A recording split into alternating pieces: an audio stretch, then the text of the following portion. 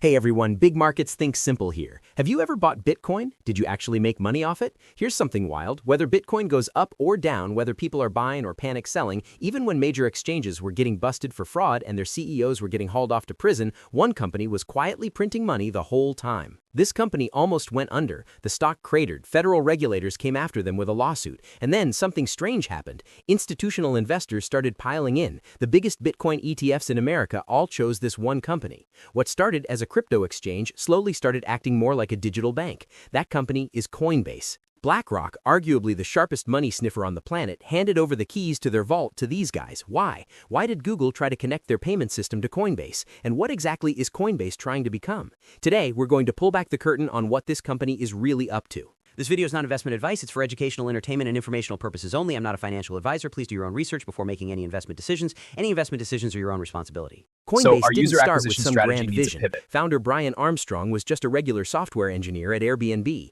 He read the original Bitcoin white paper by the mysterious Satoshi Nakamoto and started coding late at night alone. Through an online forum, he connected with Fred Ehrsam, a former Goldman Sachs trader, and in 2012, the two of them started Coinbase out of a two-bedroom apartment. Bitcoin was trading at $6 a coin. Fast forward 9 years to April 2021, Coinbase goes public on the Nasdaq. On day one, the market cap hit roughly $100 billion, nearly 3 times the market cap of Nasdaq's own parent company. It was the first ever public listing of a crypto exchange. That same day, Bitcoin blew past $64,000. $6 had turned into $64,000. Then came 2022. Everything flipped. Bitcoin crashed over 70%. FTX, the second or third largest exchange in the world, collapsed after it came out that founder Sam Bankman-Fried had been dipping into customer funds. He ended up in prison. The entire industry got labeled a scam operation. Coinbase's stock dropped nearly 90%, and then the SEC sued them saying, the coins you're selling are securities and you never registered them. But here's where it gets interesting. Instead of running or dodging, Coinbase fought back, head on. They battled it out in court while continuing to play by the rules. In early 2025, the SEC dropped the lawsuit. Clean win. And while the fraudsters who couldn't survive the scrutiny disappeared, Coinbase was still standing. After that comeback, everything changed. BlackRock, Fidelity, the biggest asset managers in the world, when they launched their Bitcoin ETFs, they all picked Coinbase as their custodian. Over 80% of US Bitcoin ETFs use Coinbase's vault. 12% of all Bitcoin in the world is stored with this company. Playing by the rules looked like the slowest path. It turned out to be the most powerful weapon. All right, let's talk about how Coinbase actually makes money. In the beginning, it was dead simple. You want to buy Bitcoin? Buy it on Coinbase. Want to sell? Sell it there. Every transaction, they take a cut. Think of it like a real estate broker or a stock exchange. They make money every time a deal goes through. The problem with that model is that it's completely dependent on the market. When Bitcoin is hot and everyone's trading like crazy, they're raking it in. But when the market freezes, revenue freezes too. 2021 proved it perfectly. During the bull run, transaction fees made up over 90% of total revenue. Annual revenue hit around $7.8 billion, with operating margins around 40%. Then 2022 hit. Trading volume dried up, revenue fell over 60%, operating income went negative. That's when Coinbase realized if you're dependent on trading fees, a bad market doesn't just hurt you, it kills you. So they changed the playbook. Look at Coinbase's revenue mix today, and it's a completely different company. In 2025, out of $7.2 billion in total revenue, about 60% still comes from transaction fees, but 40% now comes from subscriptions and services. That subscription revenue was a rounding error in 2021. 4 years later, it's nearly 6x larger, about $2.8 billion a year. That means Coinbase now makes money even when nobody's trading. Let's break down where that subscription revenue comes from. First, USDC. USDC is a digital dollar, always worth exactly $1. No price swings, no volatility. That's why it's called a stable coin. Coinbase runs the USDC ecosystem in partnership with a company called Circle. Here's how it works in practice. Say you sell some Bitcoin on Coinbase. If you want to wire that cash to your bank, it takes a few business days. But if you park it in USDC, it stays in your account and you can redeploy it instantly. So a lot of users just keep their money sitting in USDC inside Coinbase. What does Coinbase do with all that parked USDC? They invest it in US Treasuries and collect the interest. Same concept as a bank. Take deposits, earn yield on them. In 2025, this one stream alone generated nearly $1.4 billion in revenue. Second, staking. Certain blockchains like Ethereum need coins locked up to keep the network secure. If you lock up your Ethereum, the network pays you interest for helping secure it. The catch is, doing this yourself requires running a computer 24/7 and knowing what you're doing technically. So Coinbase handles it for you. Customers deposit their coins, collect interest, and Coinbase takes a 25 to 35% of that yield as a service fee. Think of it like a savings account where you earn interest and the bank takes a portion. Coinbase is currently the largest Ethereum staking institution in the world, managing 11% of all staked ETH. Third, custody, the vault business. When BlackRock and Fidelity build their Bitcoin ETFs, they need somewhere ultra-secure to actually store the Bitcoin. Coinbase is that place. Over 80% of US Bitcoin ETFs use their custody service. They charge a fee based on the size of assets stored. The thing these three have in common, they generate revenue whether the market is up, down, or sideways. That's the whole point. Trading revenue is a wave, huge but unpredictable. Assets under custody are a reservoir. It fills slowly, but it holds steady. Coinbase is moving from the wave to the reservoir. And then they made an even bigger move. In February 2026, Coinbase launched commission-free stock and ETF trading. Apple, Amazon, Tesla, S&P 500 ETFs, all of it. Zero fees. And you might be wondering, why free? The answer is the USDC ecosystem. Before, if a Coinbase user wanted to buy stocks, they'd sell their crypto, convert to dollars, and transfer money to a brokerage. Money leaves Coinbase. Now you can buy crypto, stocks, and ETFs all in one place without ever leaving the app. The money stays in Coinbase, sitting as USDC, earning treasury yield. Free stock trading is the hook, but the real game is keeping every dollar inside their ecosystem. It's Coinbase saying, we want to digitize every asset class and make sure it never has to leave our platform.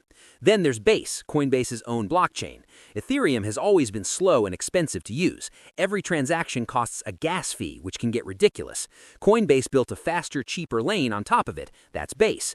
The results are pretty remarkable. In 2025, Base captured over 60% of all Layer 2 network revenue on Ethereum. External developers build apps on top of it, and every time those apps generate revenue, Coinbase gets a piece. They're not just collecting tolls on the highway, they own the entire commercial strip along. On top of all that, Coinbase is building two more things: AI wallets. Pretty soon, AI agents are going to be making purchases, executing transactions, and managing payments autonomously, without a human clicking buttons. Those AI systems will need bank accounts and payment tools. Coinbase wants to be the one providing them. Imagine every AI transaction in the world passing through Coinbase infrastructure.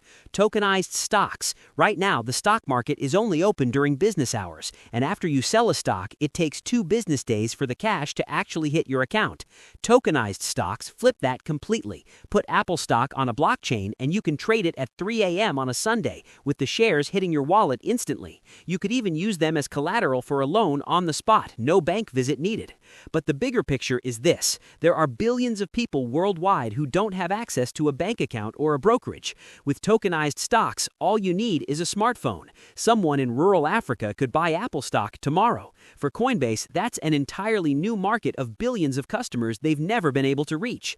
If this plays out, Coinbase isn't just competing with crypto exchanges anymore. They're in the same ring as the NYSE and NASDAQ. Actually, they're doing things the NYSE and NASDAQ can't. So what is Coinbase ultimately trying to be? After the gold rush of the 1800s, the companies that truly transformed America weren't the ones digging for gold. It was the railroads. The Transcontinental Railroad didn't mine anything. It built the infrastructure that carried everything else. Once those tracks were laid, the entire American economy ran on top of them. Coinbase looks like it's running the same play, except maybe bigger. The railroad just built the tracks. Coinbase is building the tracks, controlling the currency that moves on them, building the wallets that hold that currency, and writing the rules for how transactions work. USDC is the digital dollar. Base is the digital highway. Custody is the digital vault. Stocks and tokenized assets are the new cargo going on the rails. If this works, Coinbase isn't a crypto exchange. It becomes the operating system for the entire digital economy. No matter what assets survive, no matter what coins rise or fall, if money moves in the digital world, it passes through Coinbase. That is the real ambition here. That said, this isn't where they are today. It's where they're trying to go, and there are some very real walls standing in the way. Alright, at this point, it might sound like Coinbase is about to take over the world, but nothing this big comes easy. There are some serious obstacles here. Risk number 1, competition. Yes, Coinbase is one of the most trusted exchanges in the US, but the core exchange business has lower barriers to entry than you might think. There are hundreds of crypto exchanges worldwide. Binance, for example, is still the global volume leader, doing more than 15x Coinbase's trading volume, with lower fees and more coins listed. Inside the US, competition is growing too. Robinhood already supports crypto trading, and traditional financial institutions are steadily moving into the space. What happens if a fee war breaks out? Look at the stock brokerage industry for the answer. Commissions used to be a meaningful revenue stream. Now they're effectively zero everywhere. Competition killed the pricing power. Crypto exchanges could follow the exact same path. Risk number 2, regulation. Crypto is still a market without settled law. Every country has different rules, and those rules keep changing. The SEC lawsuit is over, but that was just round 1. If US regulators decide that certain cryptocurrencies qualify as securities, exchanges face dramatically higher compliance costs, and some coins could get delisted entirely. A less crypto-friendly administration or a major legislative shift could put the brakes on Coinbase's trading business or USDC operations at any time. The environment today is calmer than it was 2 years ago, but regulatory risk hasn't gone away. Risk number 3, they're still married to Bitcoin's price.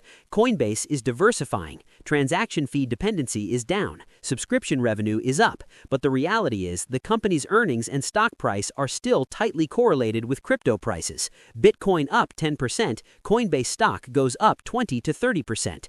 Bitcoin down 10%, Coinbase stock drops 20 to 30%. Recently, Bitcoin pulled back significantly, and Coinbase shares fell roughly 60% from their peak. You can restructure the business model all you want. The market still treats this company like a leveraged Bitcoin bet. Risk number 4, cybersecurity. Storing 12% of the world's Bitcoin makes you the number 1 target for every hacker on Earth. One successful breach, just one, and a decade of carefully built trust evaporates overnight. Bottom line, Coinbase is riding one of the biggest waves in financial history. Ride it right, and they get somewhere faster than anyone. But one bad wipeout, and the whole thing unravels. The exciting vision doesn't cancel out the very real dangers sitting right beneath the surface. So, that's Coinbase, a company that started in a 2-bedroom apartment in 2012, now holds 12% of all Bitcoin on Earth, has BlackRock trusting it with their vault, and trades on the Nasdaq. It started as an exchange. Today, it circulates a digital dollar, runs a blockchain highway, and sells stocks and ETFs. And it's building wallets for AI systems to use when they start running their own economic activity. Back in the gold rush days, the people who built the most lasting wealth weren't the miners. It was the ones who laid the railroad tracks and sold the blue jeans, the picks and shovels businesses. In 2026, Coinbase is walking that exact same path. It doesn't matter if Bitcoin hits 500K or crashes to zero. If value moves through the digital world, they want that value passing through their infrastructure, stored in their vault, running on their rails. If this works, Coinbase isn't a crypto exchange. It becomes the operating system for the entire digital economy. No matter what assets survive, no matter what coins rise or fall, if money moves in the digital world, it passes through Coinbase. That is the real ambition here. That said, this isn't where they are today. It's where they're trying to go. And there are some very real walls standing in the way. What do you do with that? It's up to you. If you got something out of this video, hit subscribe and drop a like. It genuinely helps more than you think. See you in the next one.